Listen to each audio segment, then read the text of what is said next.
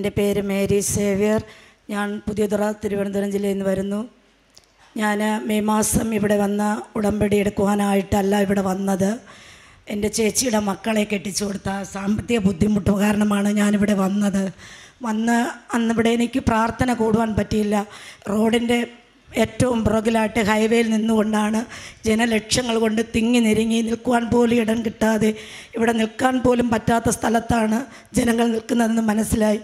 ആ വണ്ടി പാർക്കിംഗ് കഴിഞ്ഞാണ് ഞാൻ നിന്ന് കഴിഞ്ഞതിന് ശേഷം ഇവിടുത്തെ അച്ഛൻ്റെ ആരാധനയെല്ലാം കഴിഞ്ഞതിന് ശേഷം ഞാനിവിടെ വന്ന് പ്രാർത്ഥിച്ചു. മാതാവേ, ഞാനിവിടെ പ്രയാസപ്പെട്ട് വന്ന് എൻ്റെ ഈ സങ്കടമ മാറ്റി തന്നാൽ അമ്മടത്തിൻ്റെ സന്നിധിയിലോ മഹത്വപ്പെടുത്തുവാൻ മക്കളെ ഞാനിവിടെ കൊണ്ടുവരുമെന്നായിരുന്നു എൻ്റെ ആദ്യത്തെ നിയോഗം. ഇവിടെ നിന്ന് ഞാൻ തിരിച്ചു പോകുന്നതിന് മുമ്പ് 25 പത്രം ഞാൻ വാങ്ങിച്ചു കൊണ്ടുപോയി. 25 ഭവനത്തിൽ ഞാൻ കൊണ്ടുചെന്ന് കൊടുത്തതിന് ശേഷം എൻ്റെ ചേച്ചിയോട് ഞാൻ പറഞ്ഞു, നിന്നെ സഹായിച്ചതിൻ്റെ പേരിൽ അനുഭവിക്കുന്ന ശിക്ഷ വലുതാണ്. ഞാനിനി എന്ത് ചെയ്യണമെന്ന് എനിക്കറിയില്ല, നീ തന്നെയാണ് ഇതിനെനിക്കൊരു വഴി പറഞ്ഞു തരണം എന്ന് ഞാൻ എൻ്റെ ചേച്ചിയോട് പറഞ്ഞപ്പോൾ എൻ്റെ ചേച്ചി പറഞ്ഞത്, എനിക്ക് വിൽക്കുവാനായിട്ടൊന്നുമില്ല, ഈ ഭവനം മാത്രം എനിക്കുണ്ട്, അത് വിറ്റ് ഈ വാങ്ങിച്ച വ്യക്തിക്ക് തിരിച്ചു കൊടുക്കാമെന്നാണ് പറഞ്ഞത്. അപ്പോൾ എനിക്കൊരു മനസ്സുമില്ലായിരുന്നു, അവളുടെ ഭവനം വിൽക്കണമെന്ന് ഞാൻ ആഗ്രഹിച്ചില്ല.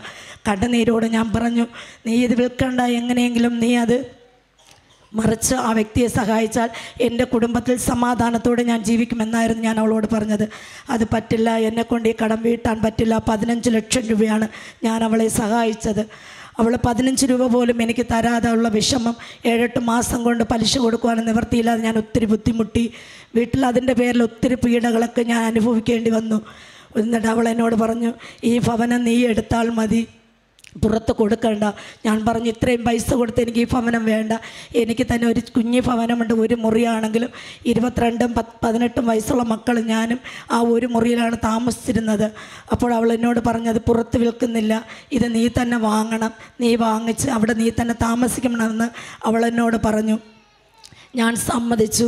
ബാങ്കിലായിരുന്നു 5 ലക്ഷം രൂപയ്ക്ക് ആ പ്രമാണം ഇരുന്നത്. അതെടുക്കുവാൻ പറ്റാത്ത വിഷമത്തിലും ഉണ്ടായിരുന്നു.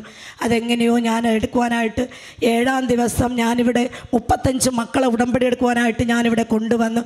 ഞാനും അന്ന് ഉടമ്പടി ചെയ്തുകൊണ്ട് ഞാൻ കടന്നു പോയപ്പോൾ 3-ാമത്തെ ദിവസം എനിക്ക് 5 ലക്ഷം രൂപ ബാങ്കിൽ ആ പ്രമാണം എടുക്കുവാനായിട്ട് എൻ്റെ കൂട്ടുകാരികളൊക്കെ എന്നെ സഹായിച്ചു. പ്രമാണം എടുത്തപ്പോഴാണ് അറിയുന്നത്, ചേച്ചിയുടെ പേരിനും വീടില്ല, കൊടുത്ത വ്യക്തിയുടെ പേരിനും വീടില്ല. എന്ത് ചെയ്യണമെന്ന് എനിക്കറിയാതെ വീർപ്പ് മുട്ടി നിൽക്കുമ്പോഴാണ് എൻ്റെ ഭർത്താവ് പറഞ്ഞത്, എനിക്ക് 1 മാസത്തെ അവധിയാണ് തന്നത്.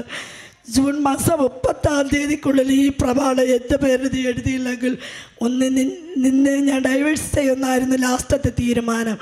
ഞാൻ അമ്മയുടെ മുമ്പിൽ വന്ന് കണ്ണുനീരോടെ അന്ന് വീണ്ടും ആദ്യത്തെ പ്രാർത്ഥനയ്ക്ക് 50 മക്കളുമായിട്ട് ഞാൻ ഈ മകനെ ഇവിടെ കൊണ്ടുവന്ന് ജൂൺ മാസത്തിൽ കൊണ്ടുവന്ന അമ്മയോട് ഞാൻ ഒരേ ഒരു കാര്യം പറഞ്ഞു, അമ്മ മാതാവേ, 500-ൽ കൂടുതൽ മക്കളെ നിൻ്റെ മുമ്പിൽ ഞാൻ എത്തിക്കാൻ എനിക്ക് കഴിവുണ്ട്, ഞാൻ നടന്ന് പ്രേക്ഷിത വേല ചെയ്തുകൊണ്ട് മക്കളെ ഞാനിവിടെ കൊണ്ടുവരും, ഈ പ്രശ്നം എനിക്ക് പരിഹരിക്കാൻ പറ്റില്ല, അമ്മ തന്നെ ഇത് ഏറ്റെടുക്കണമെന്ന് ഞാൻ ഉള്ളൊരുക്കി പ്രാർത്ഥിച്ചു. ഓരോ ഓഫീസിലും കയറിയിറങ്ങുമ്പോഴും ഓരോ ഭവനത്തിൽ 5 പത്രം വീതം എല്ലാ ഭവനത്തിലും കൊടുത്തുകൊണ്ടാണ് ഞാൻ ഓഫീസിലേക്ക് കടന്നു ചെന്നത്. ഞാൻ പോലും അറിയാതെ 14 വർഷത്തെ ഈ വണ്ടി ഫീൽഡിൽ എന്നെ പരിചയപ്പെടുന്ന ഒത്തിരി ഓഫീസർമാരുണ്ടായിരുന്നു. അവരെൻ്റെ സങ്കടങ്ങളെല്ലാം ചോദിച്ചു. അവർ വഴി എനിക്ക് ഒത്തിരി സഹായം അവർ ചെയ്തു തന്നെങ്കിലും ദിവസം പിന്നിട്ട് പോയിക്കൊണ്ടിരിക്കുകയാണ്. 19-ാമത്തെ ദിവസത്തിനുള്ളിൽ ആ പ്രമാണം എങ്ങനെയെങ്കിലും എനിക്ക് എഴുതണമെന്നായിരുന്നു എൻ്റെ ഒരു വലിയ ആഗ്രഹം. 11 ദിവസം പിന്നിട്ടിട്ട് ഒരു റിസൾട്ട് ഇല്ല. ഞാൻ ഈ ഉടമ്പടിയിൽ കിട്ടിയ കാശ് രൂപ ഭദ്രമായിട്ട് പിടിച്ചുകൊണ്ട് ഓരോ ഓഫീസിൻ്റെ മുമ്പിൽ പോകുമ്പോൾ, അമ്മേ, ഈ ഓഫീസിന് മുമ്പിൽ അമ്മ പോയി നിൽക്കണമെന്നായിരുന്നു പറഞ്ഞത്. ഈ പ്രമാണം ചെയ്തു തരാമെന്ന് പറഞ്ഞ വ്യക്തിയുടെ പേരിനും പ്രമാണമില്ല, മരിച്ചുപോയ അവൻ്റെ അച്ഛൻ്റെ പേരിലായിരുന്നു പ്രമാണം. അവർക്ക് 4 സഹോദരങ്ങളുണ്ട്. സഹോദരങ്ങൾ 4 പേര് സമ്മതിക്കില്ലായിരുന്നു.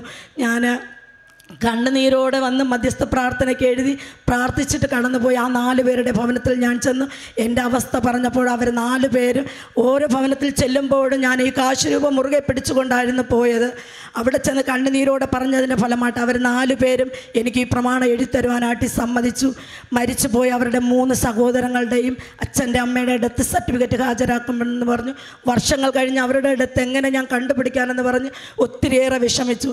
അത്രയും ദിവസത്തിനുള്ളിൽ, ഈ 19 ദിവസത്തിനുള്ളിൽ മാതാവ് തന്നെ എനിക്ക് മുമ്പേ പോയി എല്ലാ പേപ്പറുകളും ശരിയാക്കി 19 ദിവസത്തിനുള്ളിൽ 11 ദിവസം എൻ്റെ ഭർത്താവിന് ബാക്കിയിട്ടുകൊണ്ട് 19 ദിവസത്തിനുള്ളിൽ എൻ്റെ ഭർത്താവിൻ്റെ പേര് പോക്കുവരവ് ചെയ്ത് എനിക്ക് ആ വീട് സ്വന്തമായി അമ്മ മാതാവ് എനിക്ക് തന്നു.